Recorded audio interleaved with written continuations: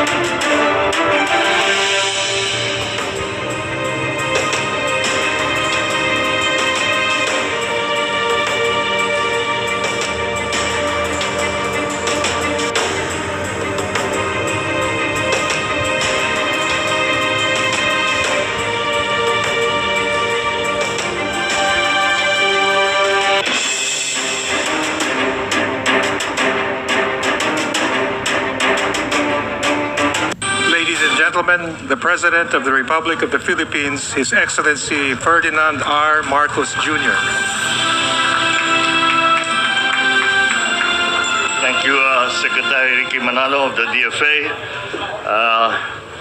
Vice President Sara Duterte, and our party that came, that was headed by, well, of course, House Speaker Martin Romualdez and the Deputy Speaker and former President, President GMA, our Philippine Ambassador to the United States, Ambassador Babes Romualdez. Oh, please. Thank you for reminding me. And thank you to our First Lady, Luis Araneta Marcos, and our welcoming reception committee. Whenever it is that we come here, Pasay District Representative Antonino Calixto, and our good friend, of course, Mayor Imelda Calixto Rubiano, AFP Chief of Staff General Andy Centino, Major Service Commanders, the Philippine Coast Guard Commandant Admiral Abu, who is going to get very, very busy in the next few weeks, Philippine PNP Lieutenant General Rodel Sermonia, my fellow workers in government, ladies and gentlemen, good afternoon. Ako'y nagagalak na makabalik at makasama kayong lahat muli mula sa misyon ng inyong lingkod na lumahok sa World Economic Forum sa Davos, Switzerland. International engagement and outreach with our global partners in government, in business, international and civil organizations, and the academe form an important cornerstone of this administration's security, economic, and people-centered development agenda. I am pleased with the progress we have made during our crucial participation in the World Economic Forum, a truly global multi-stakeholder platform. The trip has yielded beneficial outcomes relative to new trade and investment opportunities and key partnerships forged to support our development program, a better appreciation for Filipino workers and professionals, and the promise of increased levels of cooperation with various countries around the world. This trip is fairly unique as for the medium to long-term goodwill and interest we have generated for our country, our enterprises, and our people. Through the multi-stakeholder platform provided by the World Economic Forum, the Philippines is able to articulate and exchange views on pressing issues that impact on the lives and livelihood of all Filipinos. Our WEF engagement has enabled the many leaders and experts in government, in business, civil organization, and in the academe that were in attendance to receive the good news that the Philippines is leading economic recovery performance not only in the Asia-Pacific but also in the world.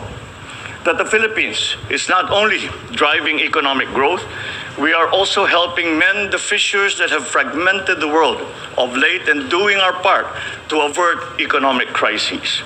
We shared our insight and experience in being a resilient, hardworking people, uniting in adversity and looking out for each other in crisis. And for this, I thank you. With the help of the economic team comprised of Finance Secretary Ben Jokno, Trade and Industry Secretary Fred Pascual, NEDA Secretary R.C. Balisacan, joined by Speaker Martin, we took part in a CEO dialogue in the Philippines under the auspices of the World Economic Forum.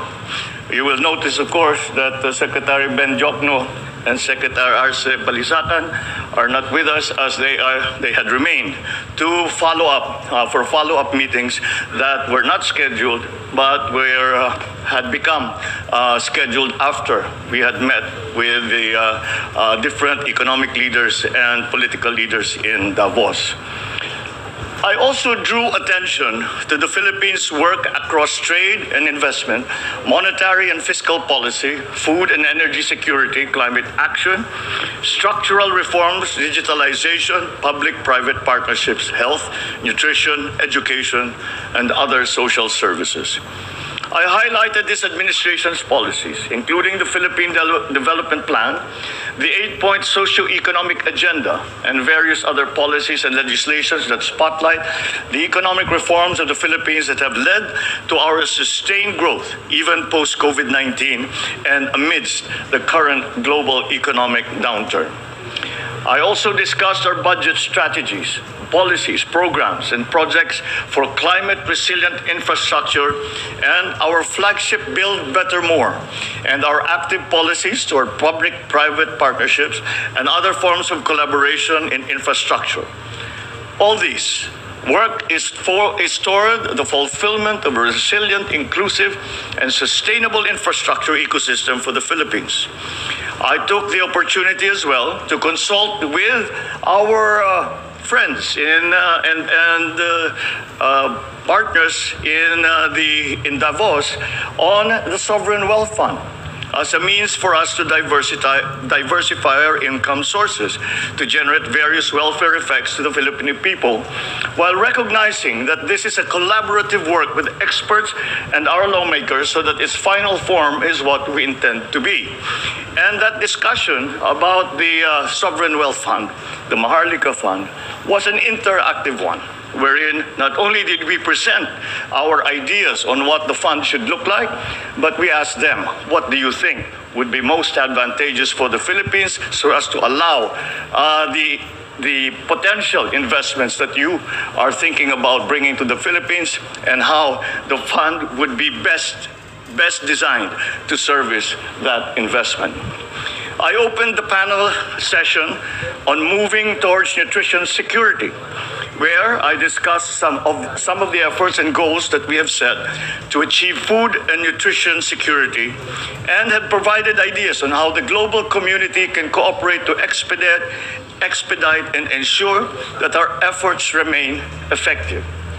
I further took part in a high-level dialogue on investing in infrastructure for resilience, alongside a few other leaders of countries and international and supranational organizations, to discuss our infrastructure flagship and how this can contribute to our goal of a resilient Philippines.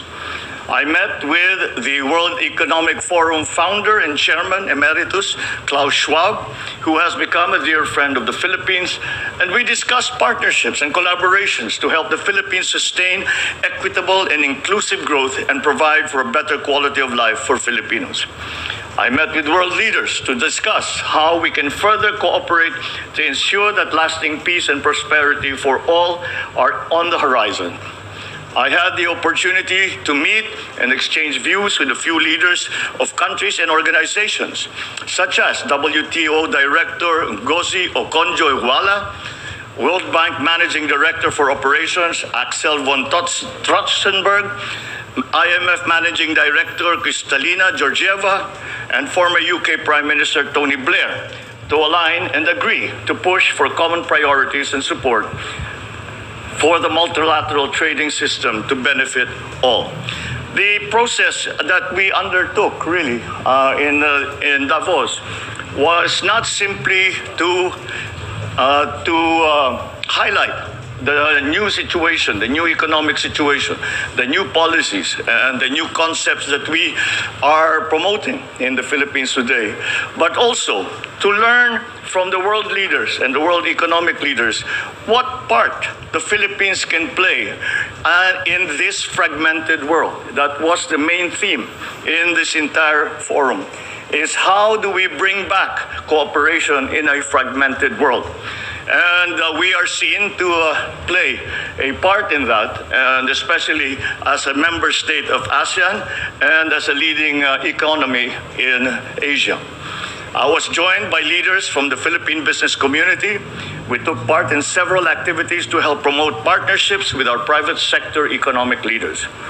I met with key executives of companies such as DP World, Glencore, Morgan Stanley, who incidentally is going to be now, because of investor confidence, is going to open an office here in the Philippines.